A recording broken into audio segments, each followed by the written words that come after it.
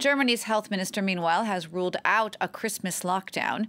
He did, however, warn that a fifth COVID-19 wave could no longer be stopped and said he backed mandatory vaccination as the only way to stop the pandemic.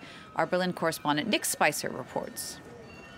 It sounds a bit confusing, doesn't it? But Karl Lauterbach is an epidemiologist by training, as it turns out. So his words are, worth paying attention to. He said there will be no new lockdown.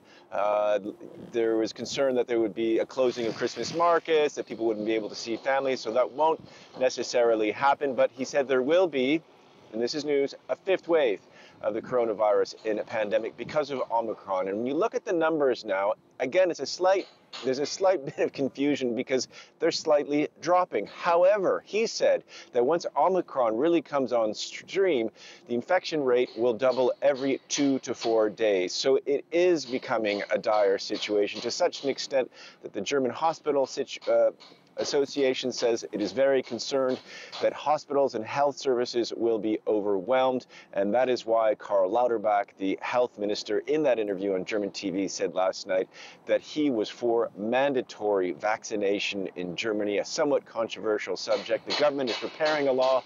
There will be a free vote should it pass. That could become law, the law of the land, in early February.